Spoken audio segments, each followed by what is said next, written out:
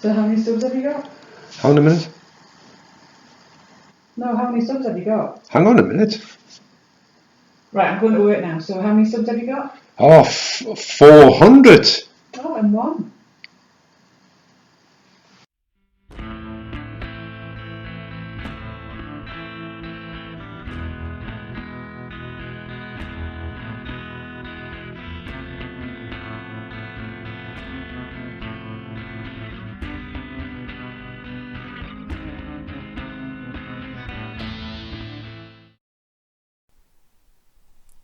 So that happened.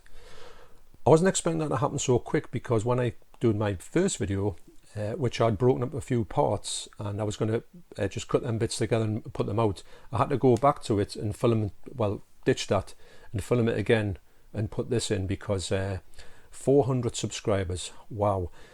Every 100 or every subscribers is valued, and every milestone is valued, and when it gets up to something like this, it's quite incredulous to think that these numbers are talked about. And I do want to say that I really am so appreciative of anybody who took the time out to press that button, subscribe. It means a lot to me. It means to me that this channel is working, and it's also something that somebody wants to come back to and maybe visit and get involved with. So that's just amazing to think that the 400 is there, and it seems so quick since I started this channel back in the 1st of June 2020, and here we are just in 2021, and I've hit 400. Well, it's 401. So thank you once again for that. A couple of things before I get really into this video. I am going to do a competition. I'm not doing it at this point, but I will tell you at the moment it's going to be 3 prizes. I'm not too sure what them prizes are going to be. It's going to be 1, 2 and 3. I'm going to try and get it where we'll have the big wheel and you press it and it sort of goes around. It's like the computerized version, and it gets somebody out, whoever puts their stuff in, and it takes their name out. My wife's going to help us with that, so you're going to see her finger doing that, I think. So I don't know how that works yet, but I'm going to get that sorted out. Speaking of competitions, I just want to put you in to make you aware of a competition being done by the channel Jason Brett, run by Jason Brett, funny enough. And what he's got on offer is, and I'm not putting in for this competition, although if I didn't have this item I would have went straight for it, because he is giving away for a winning prize a sealed version of the BFI Eureka title MOTHRA. Now I've already got one, so I said to Jason, I said I will give him a shout out on a video to pass that across so he can get some subscribers to his channel and get some people. And well, the main thing is you've got a chance. It's a UK residents only, but you've got the chance to win this amazing set, and I can tell you it's just absolutely brilliant, and it's well worth somebody's collection. So I'll put a link down to that competition down below. So I urge you to enter it. You've got a fantastic gift here on offer, and we've also got a fantastic channel in Jason Brett's channel to check out. He's a great guy, got a lot of time for him. We speak quite a lot on social media. So yeah, so that's a quick heads up. Link down below. Get yourself over and get yourself a copy, or the chance to win an open copy of MOTHRA, one of the best releases. I think I'll put this about number 5 or 6 of my releases of the year in 2020.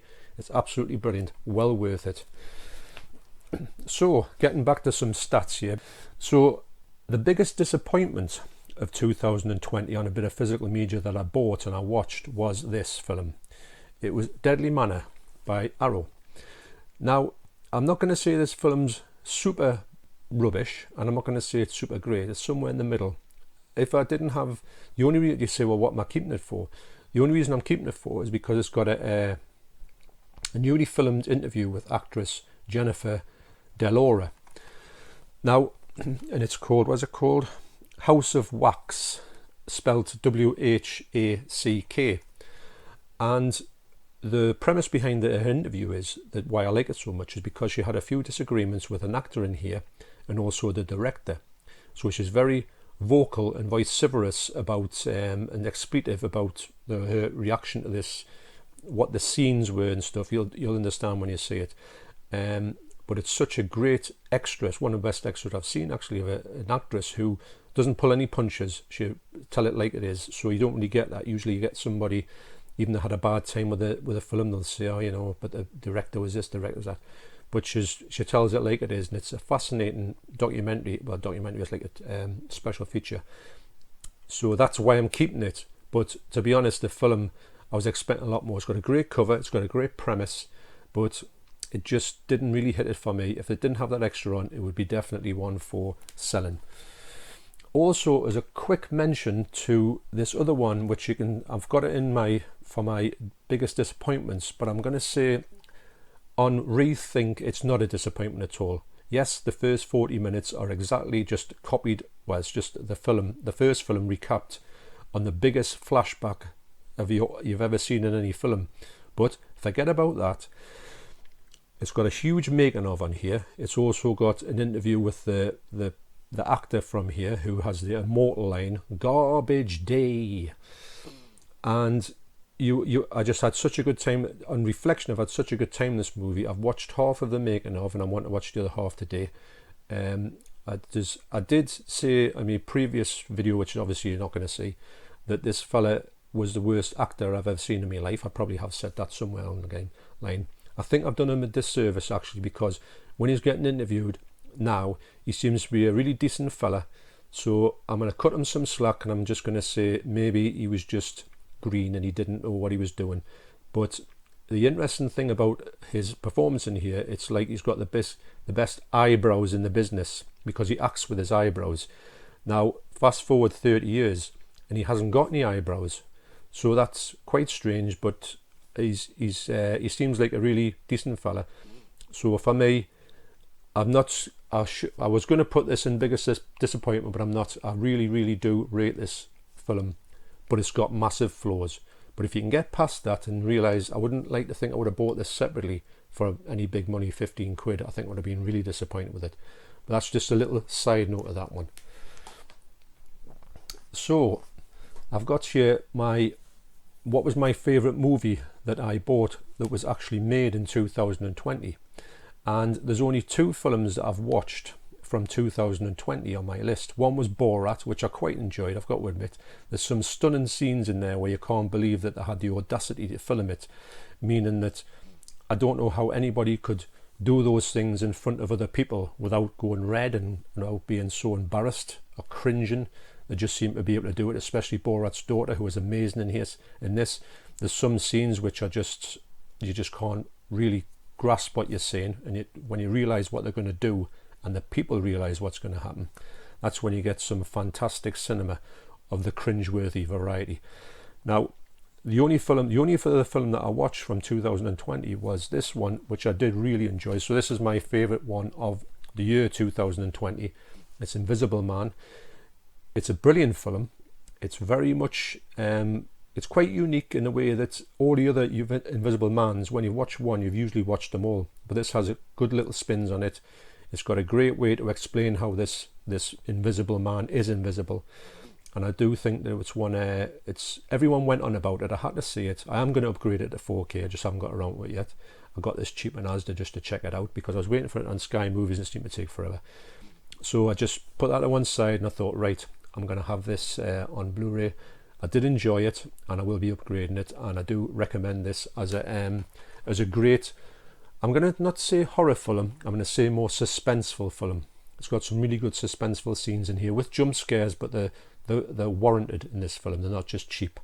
Okay, so my favourite film of 2020 that I watched in 2020 was Invisible Man.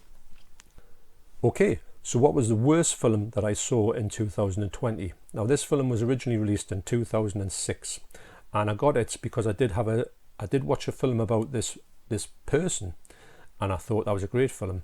I wanted to see more of this person and played by different people.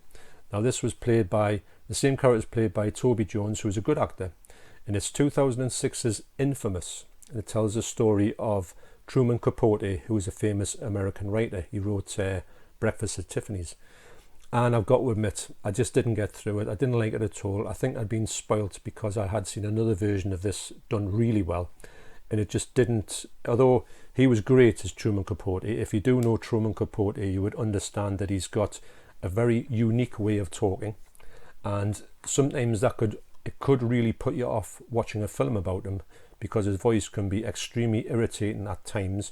But I got past that. I did enjoy it because his life and the stories behind his books that he wrote are quite fascinating.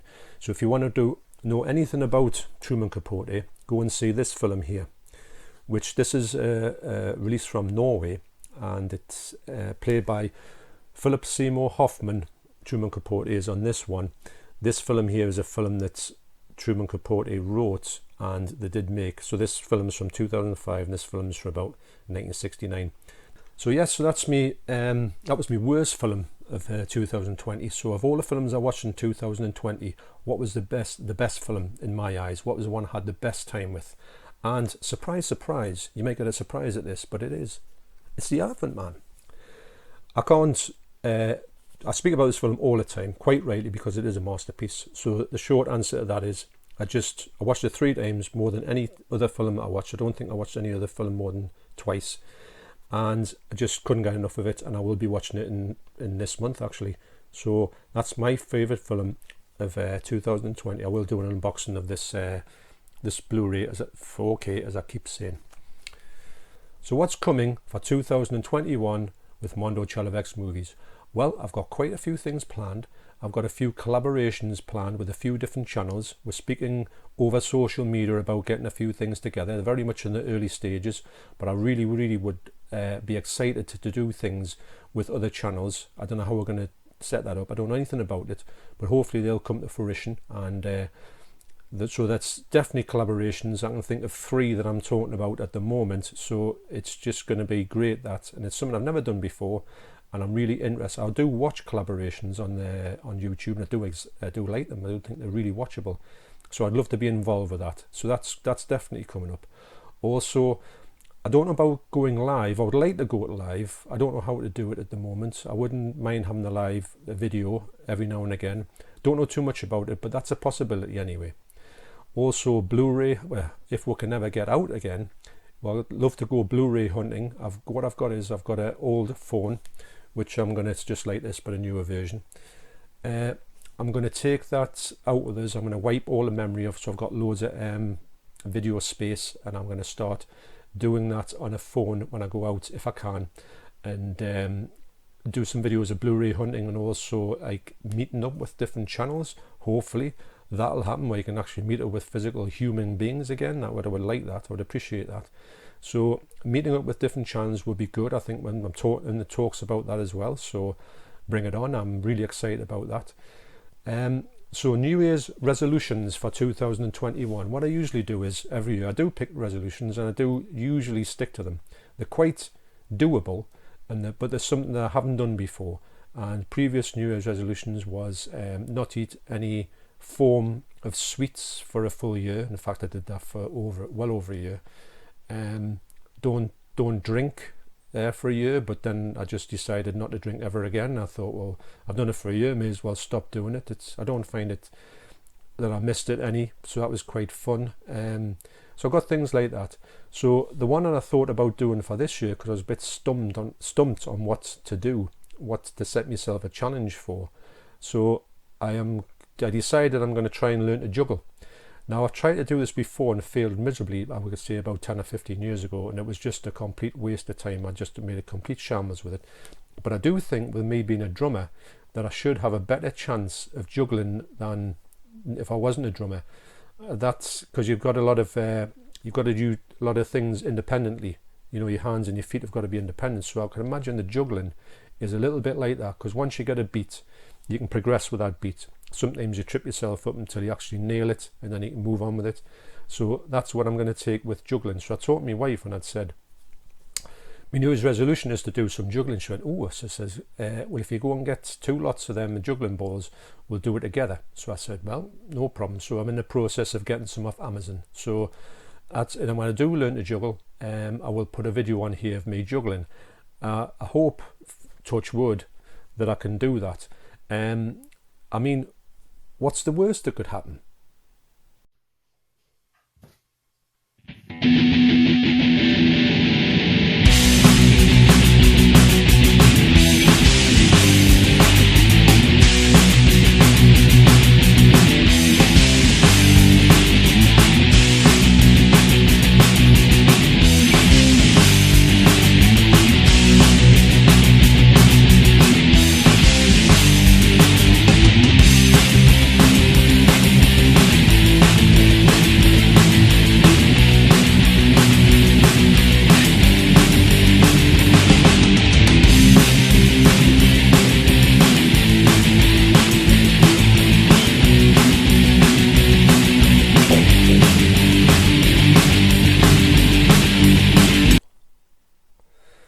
So also another New Year's resolution I've got, that's a really hard thing to say actually, is that I thought, well, we're going to do this last year, but obviously COVID got in the way and we didn't get up ending doing it. We wanted to sort of free our house of as much junk as we could, and junk is something that you're never going to use again. It might be good stuff, but it just might not be something that we are into anymore, whether it be a certain thing of like a cooking implement or a pan that you think, I've got this huge pan that never gets used, that type of thing. But we're going to ditch as much stuff as we can, and just sort of like alleviate this, years and years of getting stuff, to spread that, to get rid and sort of take a little bit of a weight off your shoulders in a fashion that sometimes you think, oh, this cupboard's full of junk, this is that full of junk, and you just think, right, let's have a big clean out, which we tried to do last year and we were cracking on, but the COVID sort of took over. But now we're living with COVID, so we're just going to go and knuckle down and get our heads into that. So what I'm hoping is, when I'm going through all the boxes and the stuff under the bed, I'm going to come up with a few weird things that I've kept over the years. For instance, things like this, because this popped up when I was mooching around. Now this here is top trumps. Now every kid in the 70s used to have their top trumps, but this one here, what you would do with the top trumps, you would get a card in them which would say, send away this card for this exclusive pack of top trumps. Now the exclusive pack was the world record holders, which you couldn't buy in the shops. So when you did this, you would have this exclusive pack that you could go through, and everybody would be saying, oh, where'd you get them from? And you would say, well, these are special.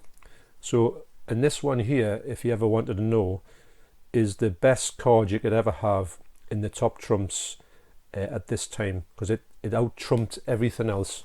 So that was the one that you wanted in your hand when you were playing top trumps in the world record holders. So I would have got this in roundabout, I mean, it's still in great condition, as most of the stuff is that I've got.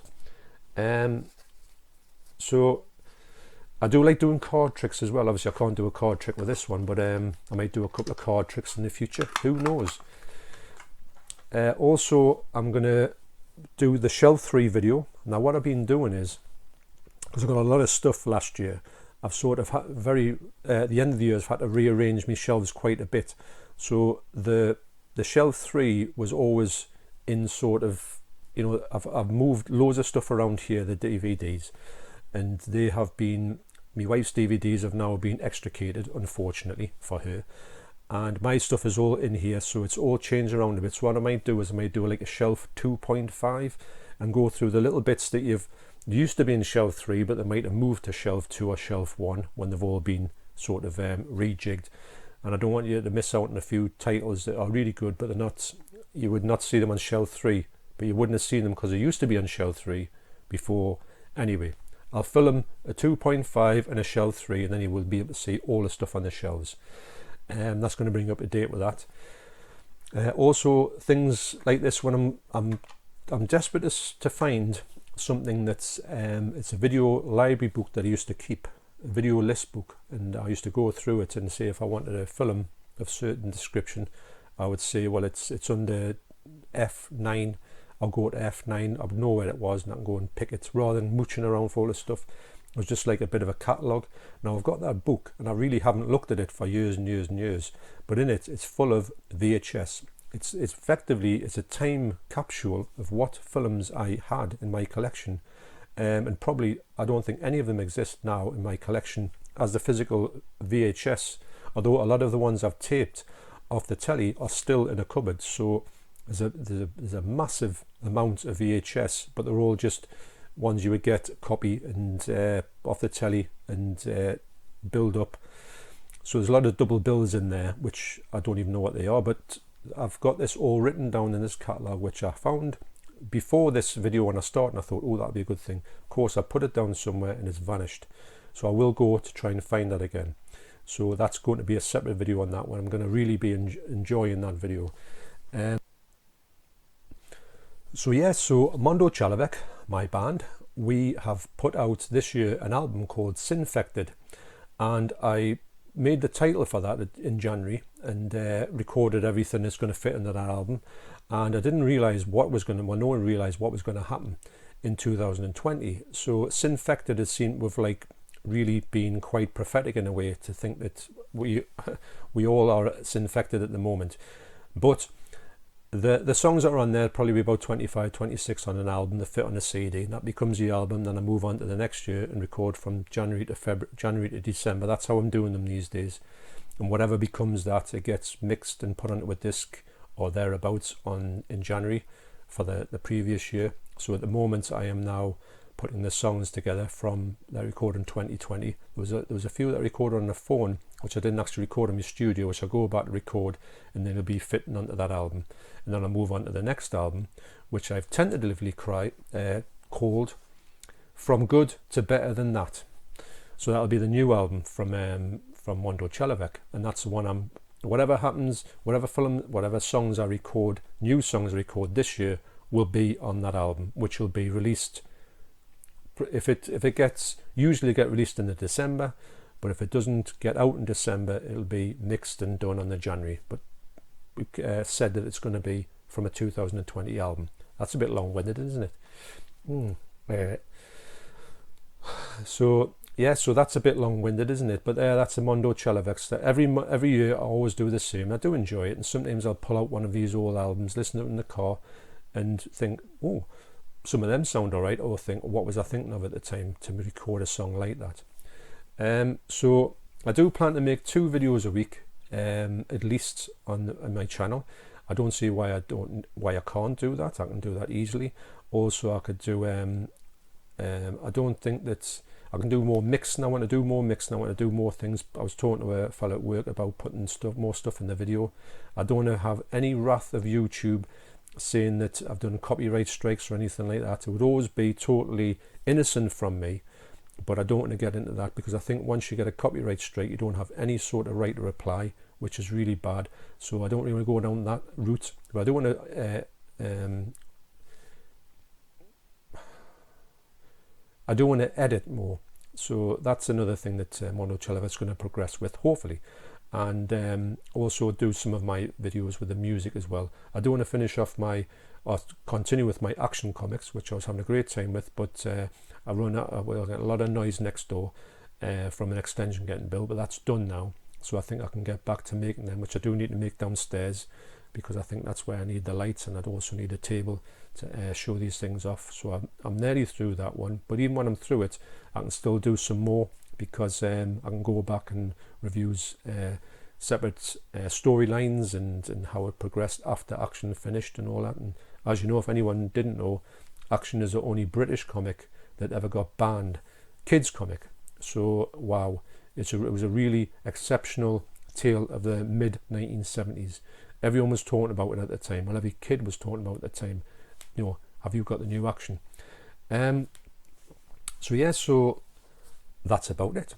So I just want to say again, thanks very much for giving me the feeling of being welcomed in this community. Now that's another thing that I've talked briefly. We've always talked about this, but it's the community aspect. Like I say, if you're thinking about making a channel, you will be, as I was, welcomed in the community, which I didn't even know existed till I got here. And I used to remember these channels that I used to watch for months and maybe even years. These channels are kind of then talking to you and including you as if you're, because I was thinking to myself, well, I'm a channel, yes, I suppose I am, but I'm talking to these people who are like well-established channels, and they're talking to me as is like an equal, which you don't feel. I didn't feel like an equal, but then you sort of think, well, everyone's got to start off somewhere. And I mean, I started off somewhere as everyone else did. And I mean, the first video I put on, you wouldn't believe the amount of nerves that was involved in that first clip. I must have re-recorded it 1 billion times. It was done very, very off the cuff, and I just don't know what I was wishing for. But as you can see, it was a little bit rough and ready. This is a short video about my plans to get my YouTube channel, Mondo Celovek Movies, up and running. I purchased yesterday a microphone, which will help with the audio qualities, because sometimes when you hear the audio qualities on some of them that are very poor, you tend to switch off. So I thought, grab one of these, 1550 Amazon, very good. And I would move along with that. Just looking for backdrops. This is the obvious backdrop. But yeah, everyone's got to start off somewhere, and you become much easier with a camera. Let's just say that way. And you can always know that the community has got your back, if that's a way of saying it. That you think that you do watch the other people's channels and they watch yours, and you just interact, and then you get other people that you've looked at you've watched their channels for a bit, then they come to your channel, and vice versa. It's such a great community on here. I can't big up it enough, and I do think that I've been welcomed into it. And if you think about getting a channel on the go, make a channel and you will be welcomed into it. Don't be apprehensive like I was for about a year before I thought, right, I'm doing this. And we've got the lockdown happening for X amount of months, so why not? What else are you going to do? So yes, so to recap, thanks very much for putting me up to 400 subscribers. I just really appreciate it. And if you want to know what that feeling's like, start your own channel, and before you know it, you'll be making videos like this when you hit your milestones. It's incredible. So thanks once again for watching. I appreciate you taking the time out to do this. And I think I've got one more video that's going to sort of encapsulate 2020, and that's going to be my first time watches. What films was my top? I'm going to make 15 of them. And what was my 15 first time watches? It could be from any year, but it's the first time I've ever seen this film.